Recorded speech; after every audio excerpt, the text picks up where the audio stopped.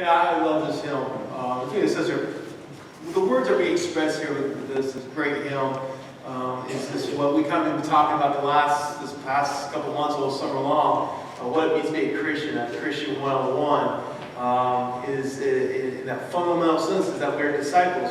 As disciples, we follow Jesus. Being a Christian means we want that right, established relationship with God. The only way we can have that right relationship with God is through Jesus Christ, because of His death, His sacrifice, His resurrection from the grave, and conquering sin, death, and the devil, all for us as disciples now of what Christ did, and through the grace of God, we follow after Him.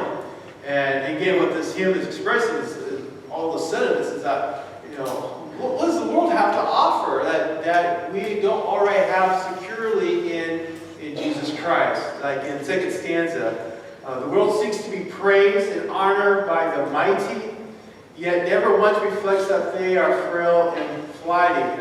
This is so true. The world just looks for its own glory and being praised itself and how mighty and perfect we are. We can solve all problems, but at the end, it's frail and flighty and it will crumble. But what I truly prize above all things is He, like Jesus, He alone, was the role to me. And so it's reflecting what we just heard in Luke there, the cost of being a disciple is that, and what Jesus is pressing upon us is take whatever it takes to follow Jesus. The world is going to try to distract you and tempt you away from wealth and career, from family, from things that we feel like this is what's important. And not to say like family is not important, it is. It's a blessing of God. But at the end of all things, as we're laying on our deathbed, who's going to save us? And that is Jesus Christ. So as disciples, we strive to follow Jesus. Now, this past summer, as we were going through Christianity 101, our youth group had a great opportunity to go up to Minnesota for the triennial, is that how you say it? Triennial? Every 3 years? Is that right? Disagree. Just go with this one. But the triennial National Youth Gathering. And reflecting on, and they're going to come up forward and they're going to share their experience with the youth gathering. But what I want you to consider what they share with us is what we see in this youth group are thousands, 20,000 plus youth come together, and adults and counselors and parents who come together to follow Jesus and to be encouraged. And this is the thing about the youth gathering, to be encouraged to follow Jesus. And as they release them back into the world, these 5 days, this close, intense days of worshiping and learning and growing and being with other Christians, we release them in the world. But our prayer for our youth, for all of us, is that we're always following Jesus. So I'm going to call up, they're all pacing back there in the north. They're like bulls ready to come charging after me. But I'm going to call them up. Yeah, you guys can come now. And I'm going to grab a mic. And do you want to start with the video, Heather? Yeah. I'll tell you, as the youth are coming up, why don't we start, and I want to show kind of a highlight video that was put together that with our youth group did.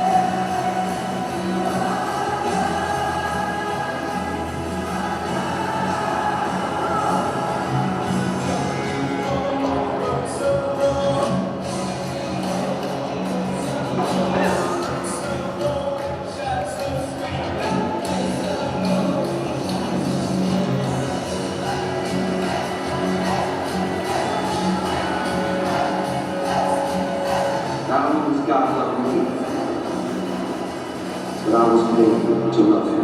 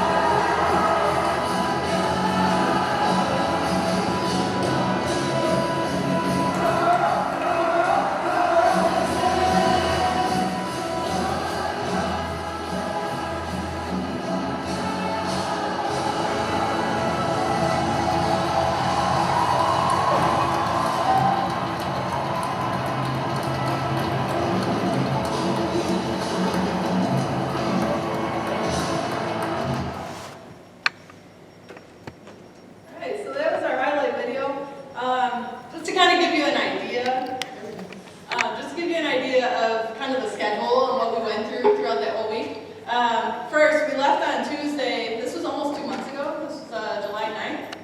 We left on Tuesday. We met at 4 a.m. at the airport. So you can imagine how tired all these kids were. It was a lot of fun, right? We all love waking up that early. So we flew to Minneapolis. We couldn't check into our hotel because we got there so early. So we actually just checked out Mall of America. We were staying at a hotel that was connected to Mall of America. So we got to go to the mall all day.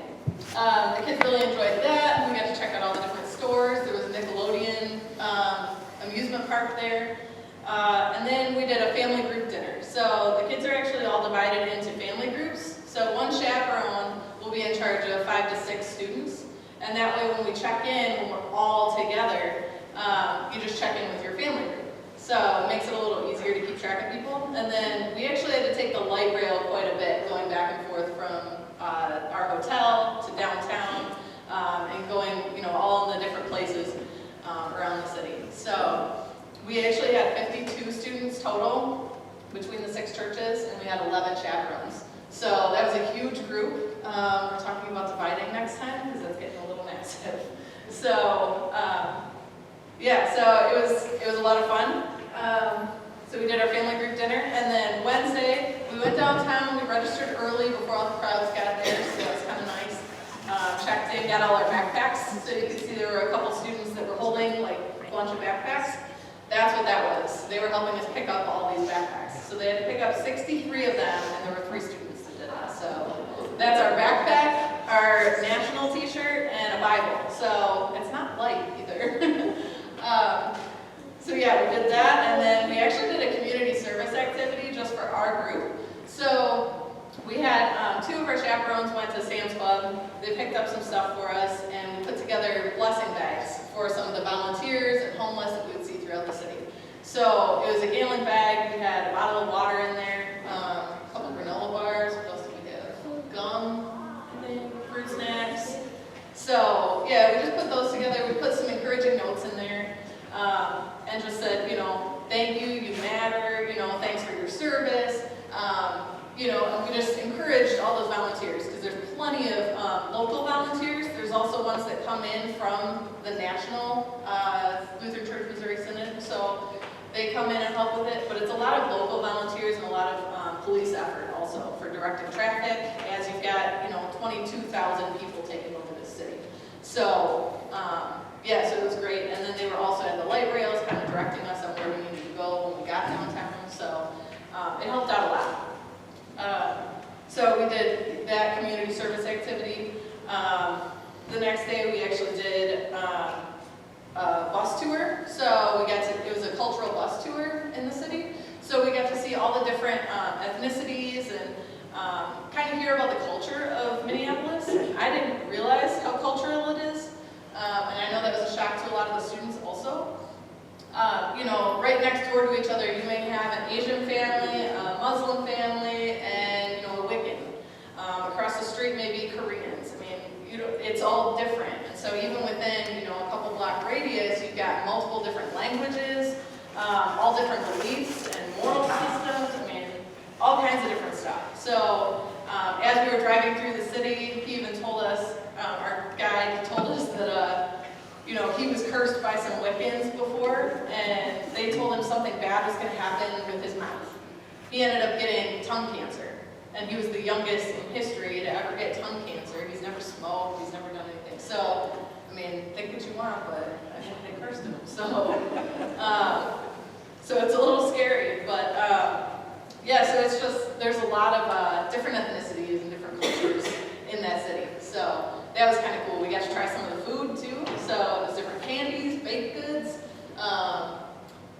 What else? Oh, we went to the market. So we went to the, what's it called, the global market.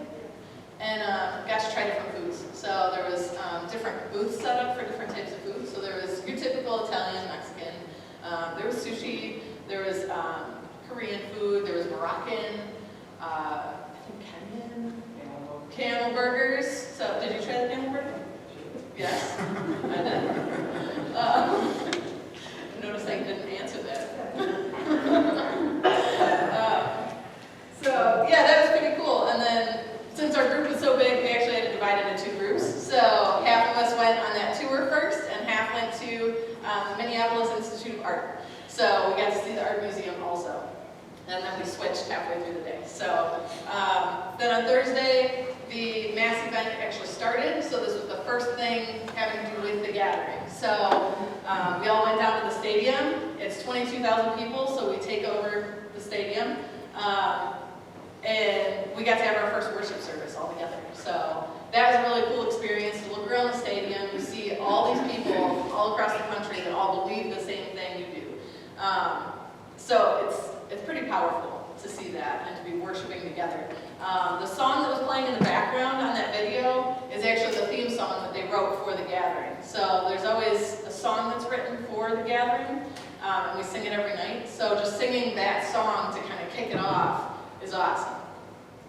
So it's really cool to hear all the kids, you know, yelling / singing along with it. So yeah, then on Friday, Saturday, Sunday, our schedule was pretty much the same. So we would start out with a Bible study, and then we would go to the convention center and go to different sessions. There was an interactive area where they could check out different booths, play games together. It was more of the fun atmosphere.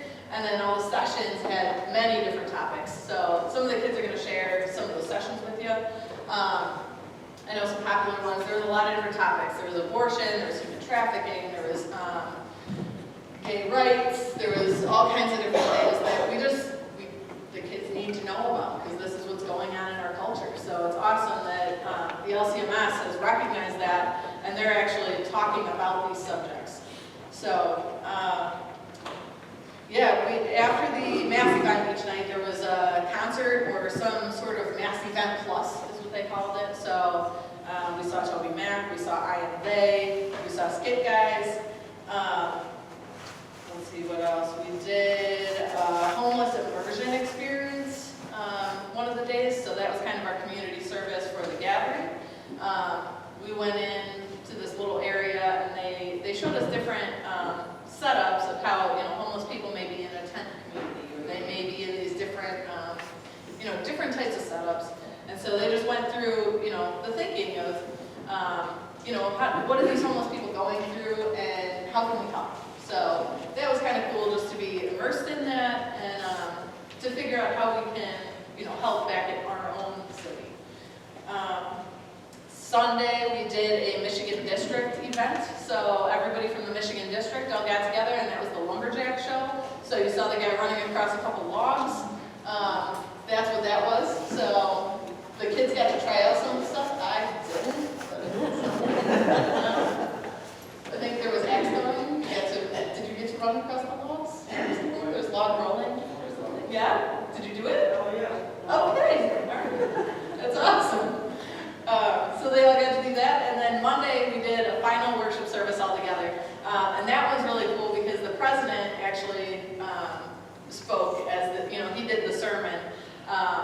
and we're all worshiping together. It's more of a formal service, I guess, where the other ones were more fun, upbeat, you know, it was the more contemporary, I guess.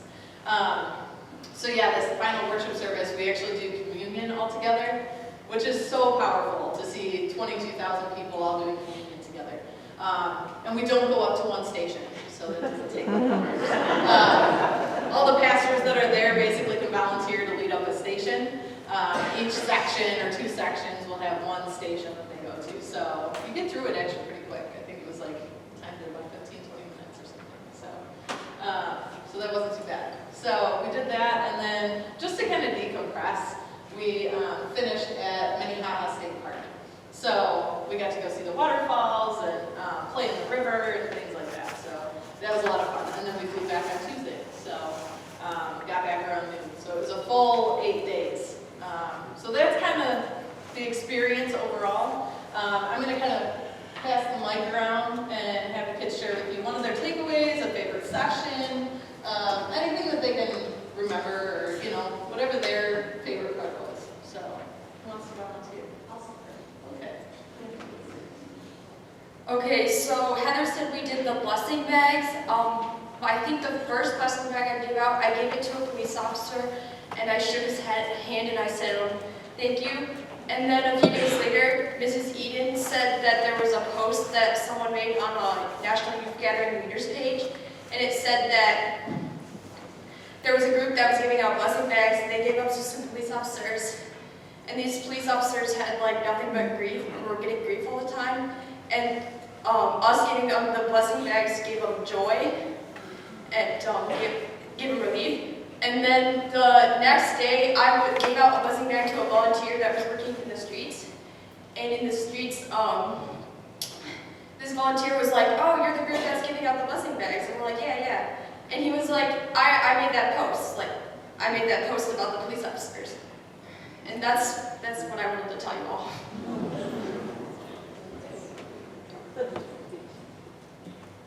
So my most memorable part, I don't know exactly what day it was. I think we were coming back from the sessions, and there was taking the light rail back to our hotel. There was a lady that came onto the train, definitely did not look entirely homeless, and so side note, our backpacks weren't very put together very well, so we always had this roll of duct tape to duct tape them back together. And we had one of our rolls of duct tape just hanging out, sitting under the seat next to us. And she had asked us if she could have our duct tape, and not knowing who she was or knowing that she was homeless, we said, no, we kind of need them for our backpacks because they're quite literally falling apart. And after she got off, well, before she got off, she had mentioned that she was homeless. We had actually given one of her bags, or our blessing bags, to her. And after that, we were all kind of like, yeah, we probably should have given her a duct tape. So, lesson for next time. My favorite part was definitely the Mall of America. Just being able to walk around and see that many stores in one ginormous building is just crazy. And it was honestly really fun. The Nickelodeon amusement park, I got to walk through it, though I did not ride anything. That was pretty neat to see inside of a building too. Yeah. So one of my favorite parts was all the mass events that we went to at the end of the night.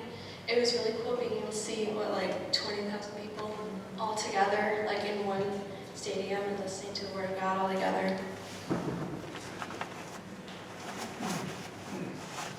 Okay, so one of my favorite memories was during one of our sessions, because we got there kind of late one day, and so there weren't enough rooms left open.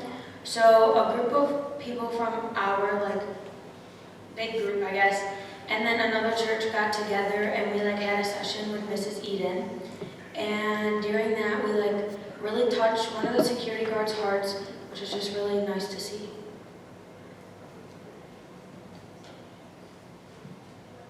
One of my favorite parts was trading pins with all the different churches from around the country and even Canada. It was really cool because you would see pins on their backpacks and ask them if they wanted to trade. And I got pins from like Florida, California, New York, Canada. It was pretty cool. So one of the sessions I went to, there was a bunch of different peoples from all over the world who were Christian. They shared their different worship styles. I think it started with Ethiopian, and I didn't know what they were saying, but it was saying very nice. It was very nice seeing all these different peoples across the world celebrate their faith. Thanks for sharing, guys. So as you can see, I mean, there's obviously a lot of different takeaways from the trip. Some of the sessions, I know they didn't touch on many of them. Some of the sessions, like I said, included, abortion, human trafficking, things that we can, things that we need to address, or things that we can help with. So I thought that was really cool. They talked about those topics. And then, just in general, watching these kids, young adults, kind of grow throughout this experience and come together as a big group. At first, we had 6 churches all going together, so they weren't really mingling a whole lot. You stick with the people that you know. So, especially, throughout the Mall of America experience and the bus tour and the Art Institute, things like that, they all kind of came together, and you see different people starting to talk to other people. They're reaching out to different groups. So that was pretty cool to watch. And then, as you saw in the video, like some of the kids were swaying during the mass events. Can you picture people swaying in our church services? Like that? I mean, it's a little different experience. So you're just so tired, exhausted, your walls are broken down. It's a cool experience. You get very emotional. They talk about a lot of different heavy topics. So what were some of the mass event topics? You guys remember? What? Let's talk about bullying, suicide. What were some of the other ones?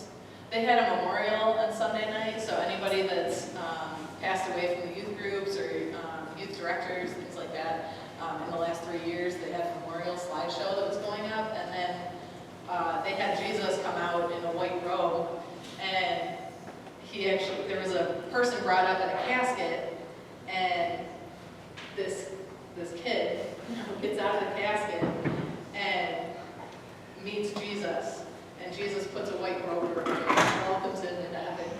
That was just really cool to watch. So those are just some of the experiences that we had at the National Youth Gathering. So we just wanted to say thank you for all of your support, obviously the monetary support, that helps a lot. We almost fully funded all of their trips. They only had to pay about $200-300 out of pocket, so that's not bad for a $1,500 trip. When we sent 11 people, that's huge, so thank you very much. And then all the prayers, everything, I mean, this is just, it's huge. Thank you so much.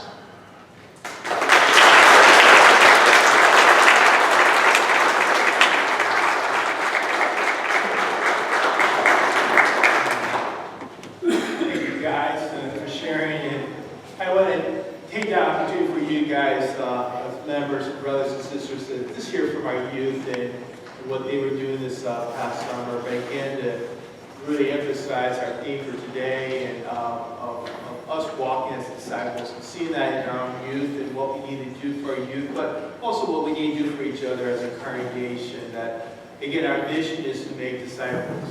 We do it through our missions, our witnessing, through mercy, and especially us growing in Jesus and His Word.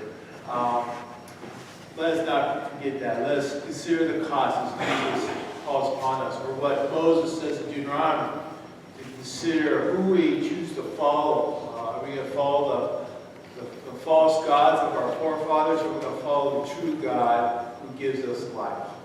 And that's what we encourage each other, to follow Christ. And that's what was encouraged for our youth. That all these issues we see in our society, all of these distractions, let's cut through it and let's gaze upon Jesus. Let's follow him. Amen.